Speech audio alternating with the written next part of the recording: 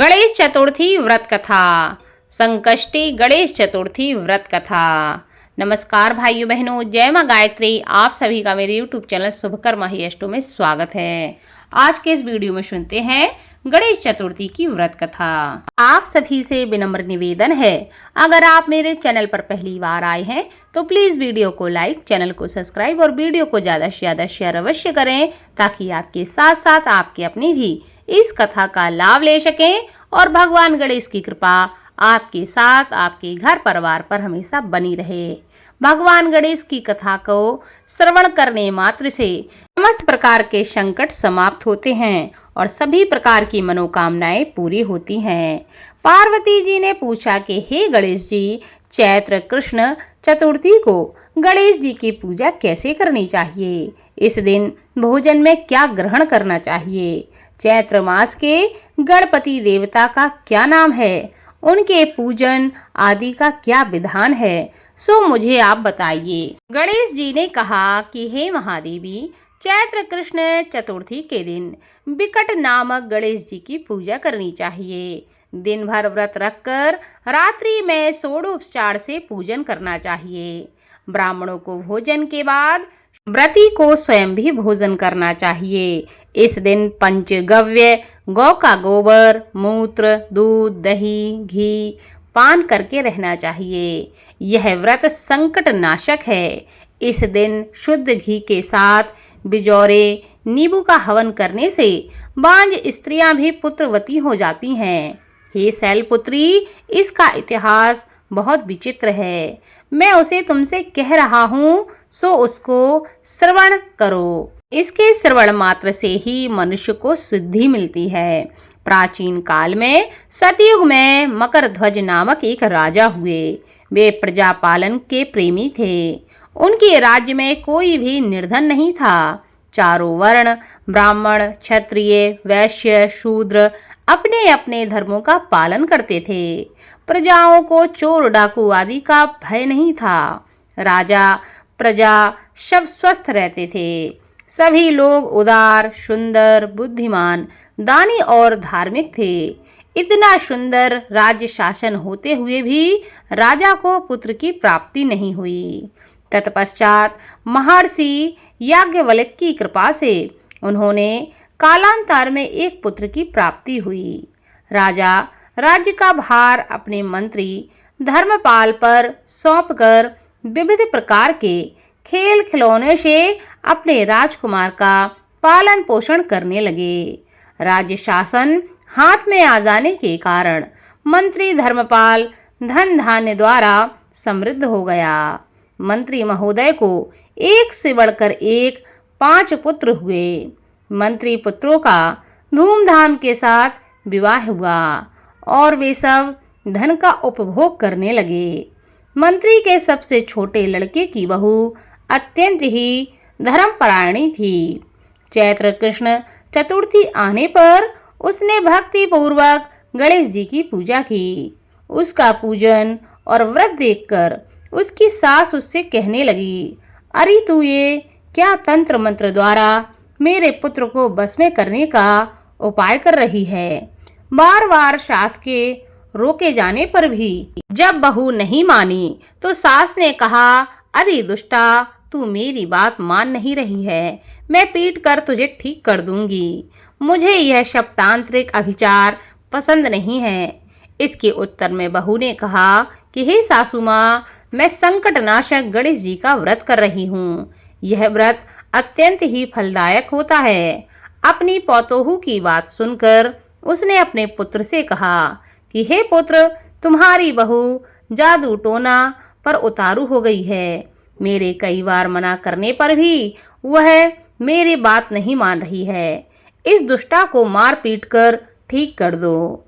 मैं गणेश को नहीं जानती कि यह गणेश कौन है और इनका व्रत कैसे होता है। हम लोग तो राजकुल के मनुष्य हैं, फिर हम लोगों को किस विपत्ति को ये नष्ट करेंगे। माता की प्रेरणा से अपने बहू को उसके बेटे ने मारा पीटा। इतनी पीड़ा सहकर भी उसने व्रत किया। पूजा के बाद वह गणेश जी का स्मरण करती हुई उनसे प्रार्थना करने लगी कि हे गणेश जी, हे जगतपति, आप हमारे सास ससुर को किसी प्रकार का कष्ट दीजिए हे गणेश्वर, जिससे उनके मन में आपके प्रति भक्ति भाव जागृत हो जाए। भगवान गणेश ने सब देखते ही देखते राजकुमार का अपहरण करके मंत्री धर्मपाल के महल में छिपाकर रख दिया। बाद में उसके वस्त्र आभूषण आदि उतारकर राजमहल में फेंक दिए और वहां से स्वयं अंतर ध्यान हो गए। इधर राजा ने अपने पुत्र को शीघ्रता से पुकारा, परंतु उसे कोई भी प्रत्युत्तर न मिला। फिर उन्होंने मंत्री के महल में जाकर पूछा कि मेरा राजकुमार कहाँ चला गया।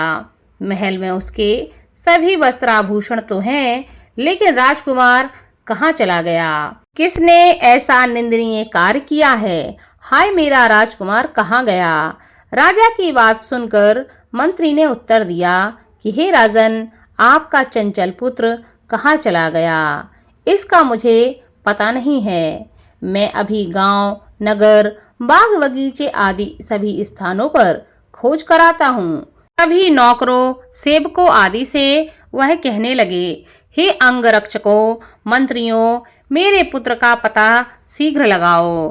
राजा का आदेश पाकर दूत लोग सभी स्थानों में खोज करने लगे। जब कहीं भी पता ना लगा तो आकर राजा से डरते डरते निवेदन किया कि हे महाराज, अपहरणकारियों का कोई भी सुराग नहीं मिला।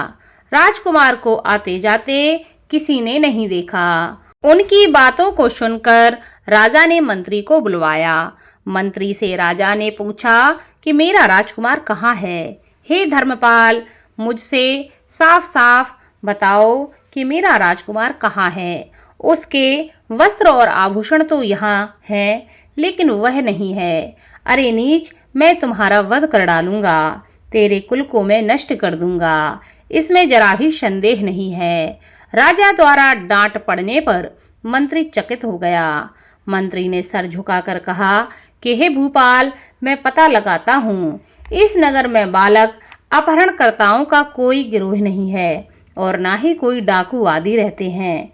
फिर भी हे प्रभु, पता नहीं किसने ऐसा नीच कर्म किया है और ना जाने वह कहाँ चला गया। धर्मपाल ने आकर महल में अपनी पत्नी और पुत्रों से पूछा। अपनी सभी बहुओं को बुलाकर भी उसने पूछा कि यह कर्म किसने किया है। यदि राजकुमार का पता नहीं लगा तो राजा मुझ अभागे के वंश का विनाश कर देंगे। ससुर की बात सुनकर छोटी बहू ने कहा कि हे दादाजी, आप इतने चिंतित क्यों हो रहे हैं? आप पर गणेश जी का कोप हुआ है, इसलिए आप गणेश जी की आराधना कीजिए। राजा से लेकर नगर के समस्त स्त्री पुरुष, बालक, वृद्ध संकट नाशक चतुर्थी का व्रत विधि पूर्वक करें तो गणेश जी की कृपा से राजकुमार अवश्य मिल जाएंगे। मेरा वचन कभी मिथ्या नहीं होगा। छोटी बहू की बात सुनकर ससुर ने हाथ जोड़कर कहा कि हे बहू, तुम धन्य हो, तुम मेरा और मेरे कुल का उद्धार कर दोगी। गणेश जी की पूजा कैसे की जाती है? हे सुलक्षणी, मुझे बताओ। मैं मंद बुद्धि होने के कारण व्रत के महात्म्य को नहीं जानता हूँ। हे कल्याणी, हम लोगों से जो भी अपराध हुआ हो उसे क्षमा कर दो और राजकुमार का पता लगा दो। तब सब लोगों ने संकट नाशक गणेश चतुर्थी का व्रत करना आरंभ किया। राजा सहित समस्त प्रजाजनों ने गणेश जी को प्रसन्न करने के लिए उनका व्रत किया। इससे गणेश जी प्रसन्न हुए।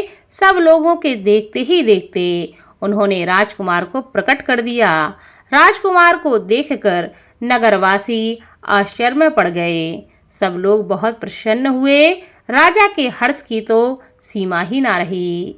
राजा कह उठे, गणेश जी धन्य हैं और साथ ही साथ मंत्री की कल्याणी पौतु हुई धन्य है, जिसकी कृपा से मेरा पुत्र यमराज के यहाँ जाकर भी लौट आया।